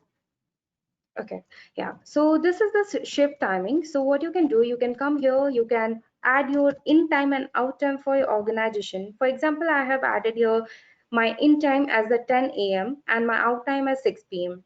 You have the option to enable the anomaly tracking of your employees as well. For example, if you want to keep a track like whether your employees are coming on time or not, whether they are breaking some kind of rules. So what you can do, you can just enable this anomaly option over here, and you can enable this option as a in time and out time. Even if you want, you can put some time as a grace period. For example, I have added my in time as 10 a.m. So what if I will add 15 minutes here as a grace period? So what will happen, my employees will be able to come to the organization till 10:15 and they can mark the attendance and no anomalies will be generated for them. But after 10:15, if they will come to the organization and they will mark the attendance, an in time anomaly will be generated for them. This is just for the HR to know like whether they are coming on time or not, whether they are breaking some kind of rules or not. So it's just for the HR purpose. Same thing happens with the out time. You can add some grace period here in the out time, and it will give you a track like when they left the organization and when they came to the organization. Then you can add the work duration for the full day and the half day as well. You can even add the maximum number of break durations for them, how many breaks they are allowed to take, and you can also enable this auto clock out option. Then we have one option of the penalty rules. So if in case you want to enable some penalty rules to your employees for their in time or out time or for their work duration, you can do it from here. What you have to do is just to select the type of penalty you want to assign to your employees, whether you want to deduct some kind of amount or you want to deduct leaves. You can set all these things from here. Once all the things are done, you just need to assign these attendance rules to all of your employees over here. You can create multiple groups, you can create multiple shift timings, and can assign it to different ways to your employees. Yeah, Anina, can you please go on the dashboard, please? I'm yes, so sorry. please. Yeah, Yeah, please sure. go on the dashboard. Yeah. Yeah, now see here on the Credly dashboard, actually all those options you all can see. So like, directory, just scroll down, Rajana. Directory, we can add all the employees. Then there is a greet tool, where in this greet tool, we can have a video call like what we are doing right now with GoToWebinar. That option we have given to the companies. Then there is a Reach. Reach is basically a chat and communication platform. This works basically like Slack or WhatsApp. So this is also for the companies, those who want to use, they want to communicate within the department in the organization, they can use our Reach option. You can just put the mouse there, Ranjana, just put the mouse. So this is Reach basically. Then there is Credly Bazaar. This is basically a fintech marketplace. Nothing related to HRMS, but it is related to all the financial solutions. If tomorrow any of the employees need any kind of a financial support, they can get into this Credly Bazaar. Then there is an attendance option we have given in our dashboard, which can help actually to track the attendance of the employees. This attendance can be used for that purpose. Quick payroll is basically for the companies where a lesser number of employees are there and they want to run the payroll for without entering all the details. They can use quick payroll option. Then there's a detailed payroll option as well, where a good number of employees are there and rules and regulations are followed. They have a proper salary structure. They can use our payroll option. Expense module is there. Expense module is for the purpose of like expense payout. There are many expenses which happens in the organization. employees can claim their expenses, and the management can, or the HR can, release their payout using this expense payout. They can track it here. Then the leave option is here. Employees can mark their leave. They can apply for leave from this option. Notification, all important notification we send to employees using this tool. Company profile, all the employees can see the company profile under this, like HR admin can update the company profile using this dashboard. My profile is basically an individual profile of an employee. Every employee can themselves update their profile through ESS portal, employee self-service login portal. Then there's an organization chart basically. So in every organization, whatever clients you are having, they have some hierarchy in their organization. So they all can see that hierarchy in this organization chart. Then the calendar, this calendar is basically all the important holidays and organization leaves. The holidays which we have announced, they all can be tracked in this calendar. Machax is basically a social kind of activity within the organization where they can celebrate and share all the important pictures and images here in this Machax. Support option is for the companies where they want any kind of support, they can get connected to us. Settings is for all the settings related to this software. Now, this is the dashboard for the employees. Now, Mr. Arvinda will take you through. Thank you, Ranjana. Thank you so much. Now, Mr. Arvinda will take us through the partner dashboard actually. This was the client account basically. Any client who signs up on a platform, what actually they see on our platform, this is what you are seeing right now in the screen right now. But when it comes to Mr. Virat, can you give the access to Arvinda? So he can show you the partner account, that how the partner accounts work.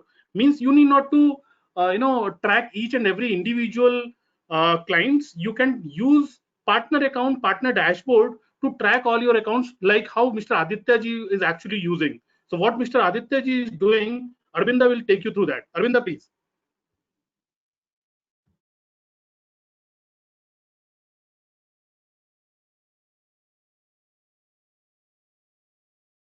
Thank you. So everybody can see the screen, correct? And thanks everyone to joining here. So let me take you through the partner account. Okay, so here, what is partner account? So if we come to this partner account, so we have a partner portal. So partner portal basically with the partner dashboard, then you can manage all of your client on a single page. Then one login to maintain your all client. So and easy to view the number of clients and employees. So the how to log into the partner side. So there is a very easy to log in with the partner portal. So you just have to give your firm name, then email address, mobile number. You will get a OTP. Then use the referral code that is given. Then create a password. That's much you are good to go for the creating of the partner account. Then this is your partner dashboard. Here one very important point. Please go back. Here one very important point is like when you log in on the sign up page, the code which you need to use is Credly Connect basically. So when you are using Credly Connect, you get the few because we have kept some offer for this webinar, so that offer gets connected to this event, like through this code. Please continue. Yes. So this is how you can sign up, and now you are in your partner dashboard. So for the partner dashboard, as I told you, all client you can see on a single page. So here I can see my organization, what I have added, then how many employees are there, they are like under which plan, and then to use that, like you can see that all clients on a single page. Now to log in or maintain the client, that is very easy. There is like one login that we have to create, that is for the partner, and they can be used to use that same login to use any of the client account. So you can see there are 3 clients I have added, and I have a login button. So I can just click on that login button and I can go to the client account. So multiple client I can use at the same time, and for my form also multiple people can able to use the same partner login at the same time. So if to save the time, we can like multiple people can use the multiple clients, and we can save our time also. Then here, this is I can easily view that how many clients I am having, how many total number of active number of employees that I am having. So I'll be having a good knowledge regarding that for how many people that I am handling the payroll. Then to adding of a new customer. The adding of a new customer is very easy. So you just have to click on the new customer. Then you just have to put your client name and the size of the client, then you are good to go to the client profile. So this is for this. Then I'll take you through the application. So here you can see this application. This is the same thing with the partner portal. So if I want to go for it, sorry, Arvinda. So this is basically a partner portal what Mr. Aditya sir is using, where he can see that how many number of clients he has added. So you can see as a partner that you have added 3 number of customers or a client, and how many employees are active. Everything is visible on this dashboard. So you need not to log in separately on their client's account. From your partner dashboard itself, you can track each and every company. Please continue, Arvinda. Yeah, so see, if I want to go for any company like SRS business, I just have to click on login, and I'm on company side. So I can see this company detail right now, and I can work with this company. If I want to go for a different company, as I told you, we can use this application for multiple company at the same time. So I'm going for this second company. So I'm inside the second company now. So to give, like, I'm inside the second company. Here I can work for this company also, at the same time I can work for this company also. So here to run the payroll, so we just have to go inside the application, and we can, like, you can able to figure out like how much we are going to pay, how many employees are there for the same month. We can be able to view this. Then this is a very simple process to running of a payroll. So even I can run the payroll for this company, at the same time I'm running for the payroll of this company. So if I have any detail from the client, I can directly go ahead and put the detail. If it, as Aditya sir told, there are some certain detail need to be, if there is any changes need to be input. So that's how I can do, and I can run the payroll for multiple company at the same time, and multiple people like on your organization can be able to use that at the same time. So this is basically the partner portal that we are having. Then if we come to the payroll part, the payroll part is very simple for with us. Like, we just have to go to the settings, and there are some like very basic settings that we have to do, like pay frequency, when we are going to pay that we can set, then pay cycle and all.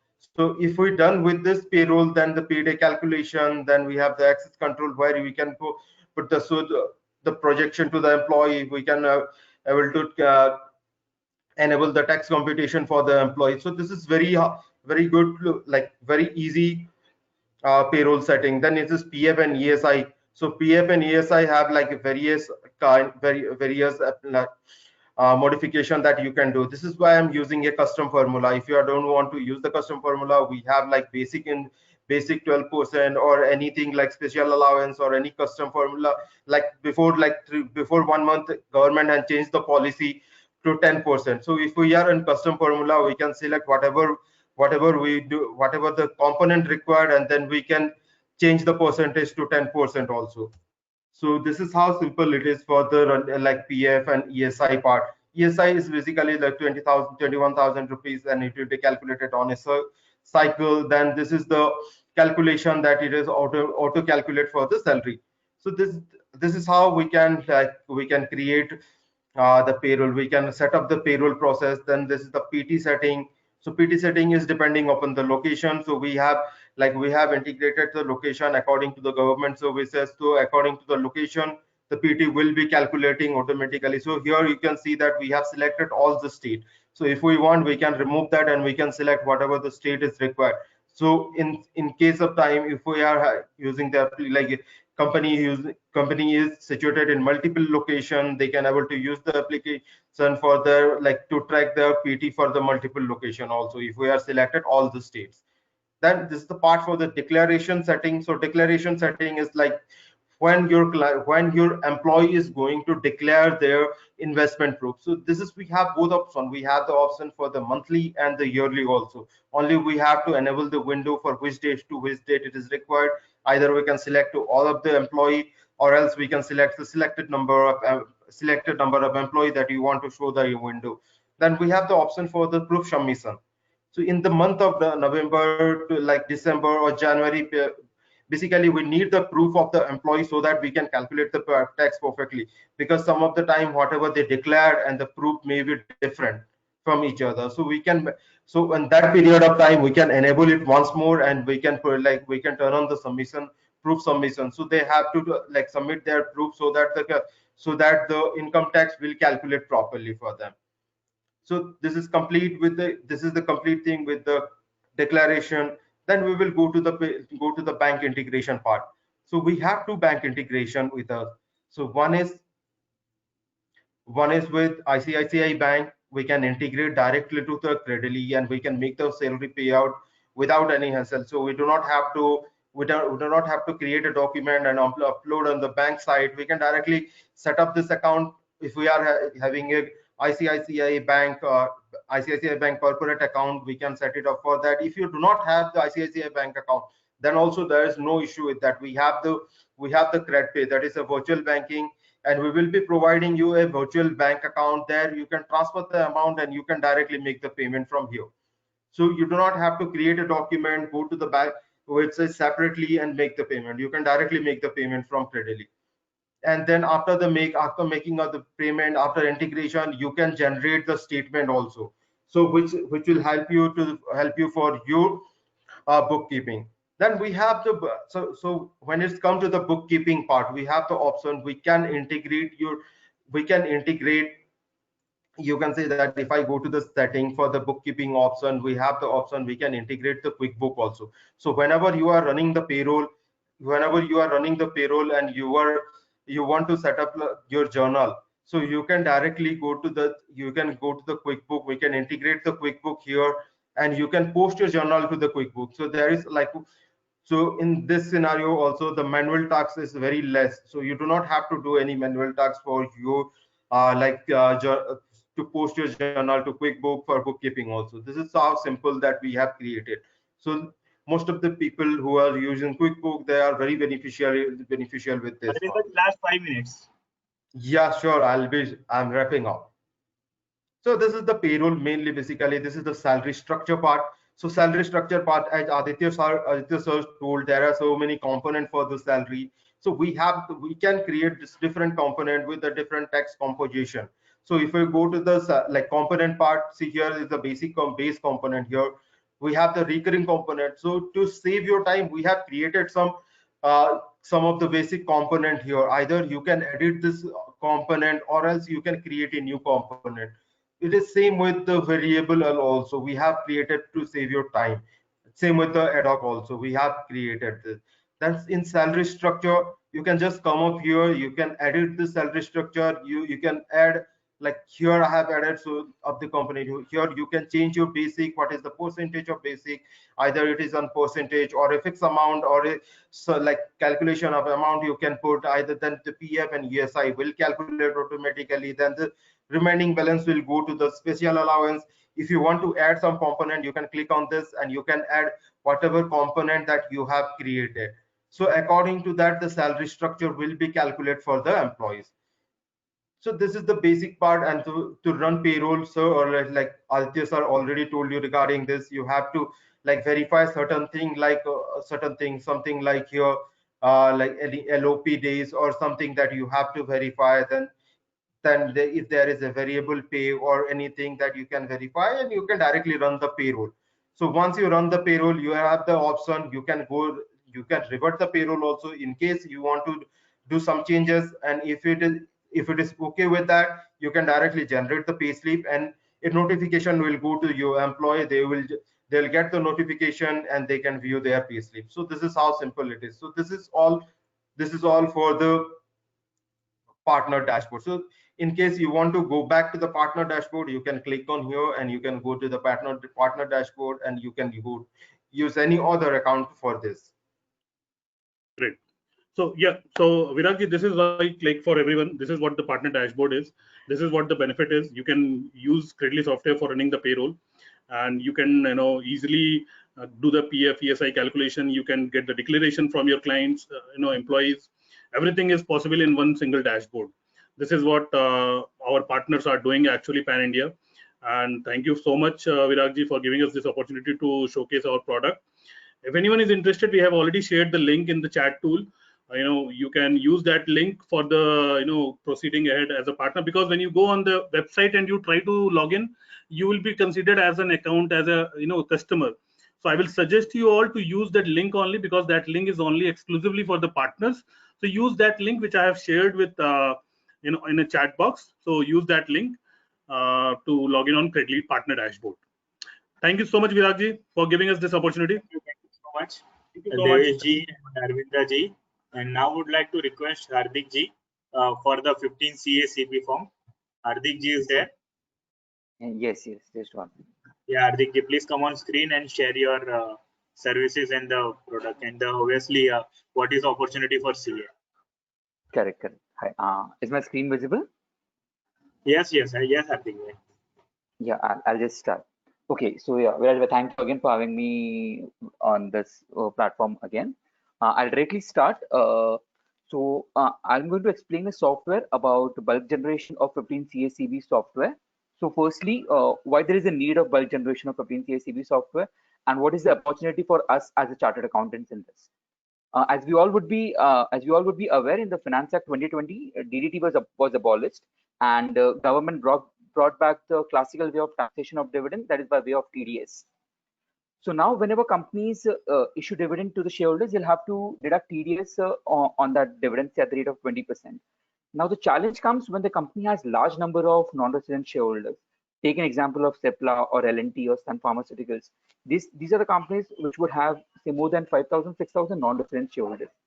Now, as per Section 195 of the Income Tax and Rule 37BV, it says that whenever a company makes a payment to a non-resident person, which can be a shareholder as well, they have to upload Form 15CA and CV.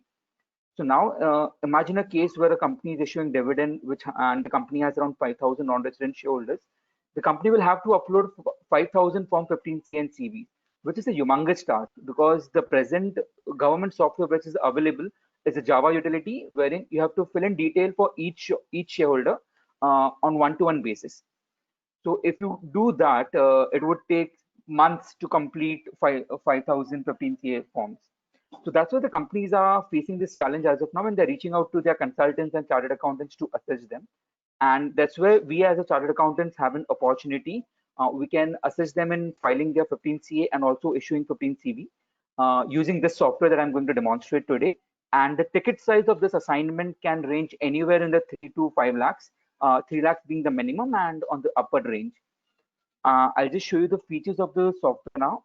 This is a simple comparison that I've made between the manual process of uploading Form 15CA CV and using the software. In the manual process, will approximately take around 30 minutes to fill up each form. Imagine if you have to fill 1,000 forms, you will take 500 hours, which makes it humanly impossible to do it. And there are other risks associated with it. There could be errors, there could be loss of productive man hours because it's a monotonous work and you're using your man hours. And the turnaround time could be huge because you'll have to file Form 15CA CV within 3-4 days of declaring dividend. But with the use of the software, you can complete the entire assignment of uploading 5,000, 10,000, 15CA CVs within an hour or so without hassle-free, error-free, and it saves your time, and it's a quick revenue earning opportunity for us as a chartered accountants. I will directly take you to the software now. So I'll give you a demonstration of uploading Form 15CA Part A. So the first step is collecting the data in an Excel template. We have an Excel template in which we compile data from the client. The data collection is also simple because the client anyways has the data in, the client anyways have the data in the Excel format from their registrars. So the clients only have to organize the data in the template that we are going to provide them. This template for today's demo, I've taken 1,000 shareholders. We have plotted all the data of the remitter, which would be the company, and the shareholders in this particular Excel format. It takes the country of the remittee, the dividend income, the RBI code, how much dividend are we paying, what is the date of deduction of TDS, and everything. So this is our data capturing template. What we do is this is the first step of collecting the data in this template. Now I will run the software. This is a simple software that we have created. One second.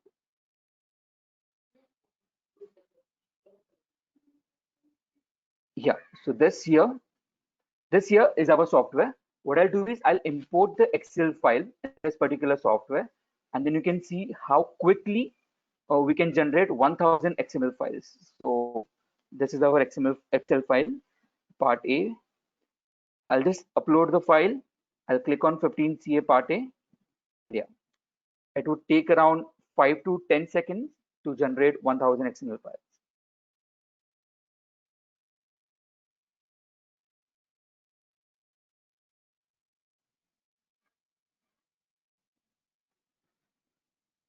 Yeah.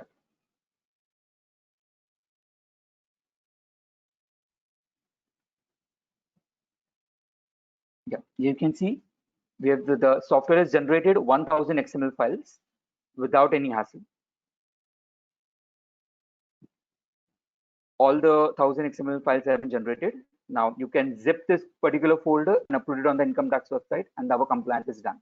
Now, along with the generation, the software also generates an Excel sheet which tells you whether the software has encountered any error while processing the sheet or has generated XML files for all the shareholders. In this case, if you can see, the XML generation status for all the shareholders is passed, which means that all the XMLs have been successfully generated. In case if there were any errors, the software would throw that errors and reflect you in the Excel sheet. I'll give you the demo of an error file now. I'll just delete this. Delete. Yeah. So this is an Excel file wherein purposely I have entered certain errors so that I can demonstrate to you how will the software reflect the errors. Now, out of the 1000 rows, in the first 100 rows, I have not entered the PAN of the remitter, which is a mandatory field. So our software is going to detect that. In case of the name of the building, there is a character restriction of 50, whereas I have entered the data which is more than 50 characters. Our software is also going to detect that. And in case of proposed date of remittance, once again, yeah, so this is proposed date of remittance. Propose this column AI. The proposed date of remittance should always be the future date. It cannot be the present date or it cannot be the past date. Whereas the first 100 rows I've entered the date as 25th July, which is past. So our software will again detect error for this particular line item. And the software is flexible. So say out of 1000 rows, we have purposely put error in the first 100 rows. So what software will do? It will generate XML for the balance 900 items, for which the data is correct. And for the 100 rows, it will show you what the error is so that you can rectify. I'll demonstrate that.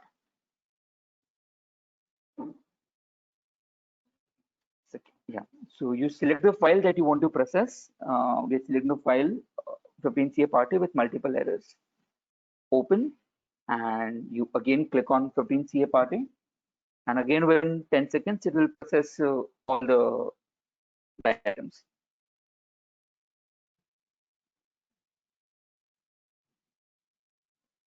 See, all the XML files have been generated. Now, if you see the XML files, it starts from 101. So the software has not generated XML file for the first 100 rows because there was error in it, and it has generated XML files for the balance 900 line items. So you can proceed to upload these XMLs, and for the balance, it will throw you the error, what the error is in this Excel file.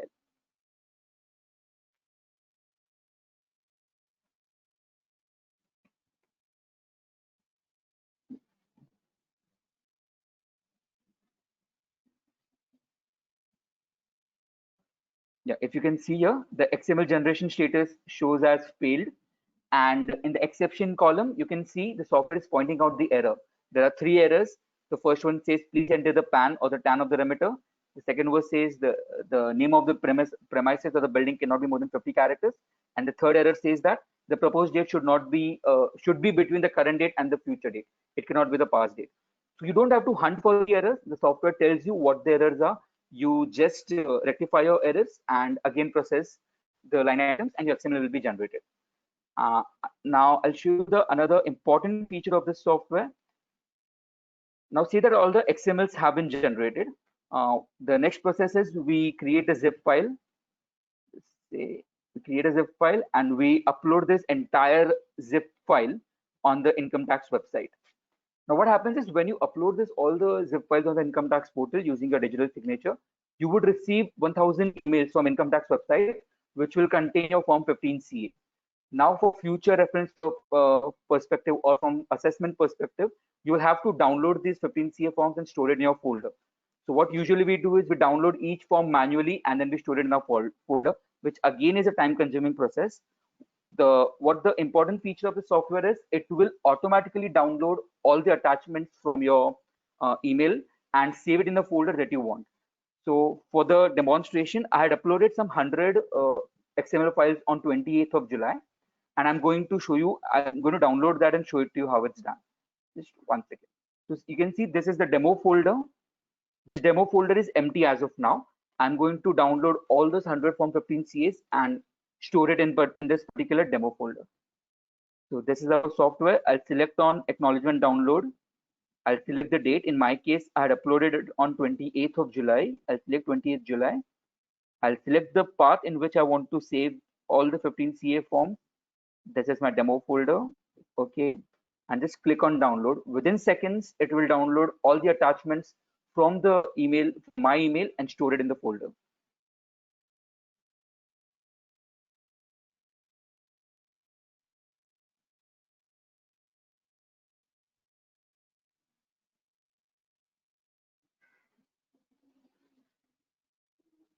So what the software is doing right now, it's going through your emails. We have coded the subject line. Yeah, all the attachments have been downloaded. You can see the demo folder. Earlier it was empty, and now it has 100 Form 15 CAs that I had uploaded on 28th of July. So these 15 CAs which I had uploaded, and the software has automatically downloaded and saved it in the folder, saving a lot of our time. In the similar fashion, we have a facility for Form 15 CV and Form 15 CA Part C. So using this software, we can provide services to all the listed companies who are looking out for these services. And the best part is the service is a recurring feature because the companies are going to issue dividend every year. So they are going to require a service every year. We can charge to the companies based on per certificate basis or based on bulk fees, depending upon the number of certificates that they want. I'll take you to the pricing. So the pricing of software that we are selling to the outsiders is, so we have two models. One is we directly sell you the software, or you can outsource the work to us. If we directly sell, the price that we're charging outside is 3,50,000. But if you show the interest today, or you put your inquiries today for all the live members present today, we would be willing to sell it for 2,50,000 with annual license fee of 50,000, which is otherwise 1 lakh. And in case of outsourcing, we usually charge a fee of 75 per certificate. But for the members who are showing interest today, we would be happy to give it for a per certificate fee of 50 rupees. So I would encourage all the CA members from our fraternity to reach out to the listed companies for this kind of assignment, because I personally did this assignment last week. It was a quick turnaround time. It's a good ticket size of assignment, and we can complete the assignment in a span of max 1 to 2 days. So turnaround time is quick, the amount is good, the number of hours that we need to invest is low, and hence the return of investment is quite good in this. What I'm going to do is I'm going to share the link wherein you can enter your details. Just 1 second. Where you can share your details, email ID. Viraj, how can I share it with everyone?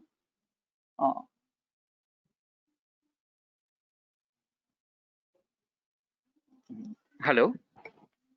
Yeah, Hardik bhai, Yeah. Just a second. Yeah.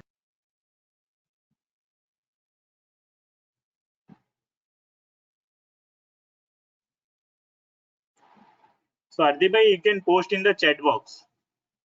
Okay, but it says it will only go to organizers and panelists, all entire audience. Yeah. So I have shared the link And there. there are question also in the question tab for you. If you can check that as well. You have a question?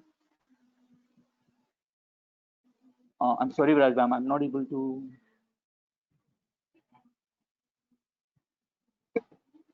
I can't see any question on my screen. So, okay, that's question done. Sorry. Yeah. Arvindaji and Deveshi, there are few questions for you as well. If you can check in the question tab.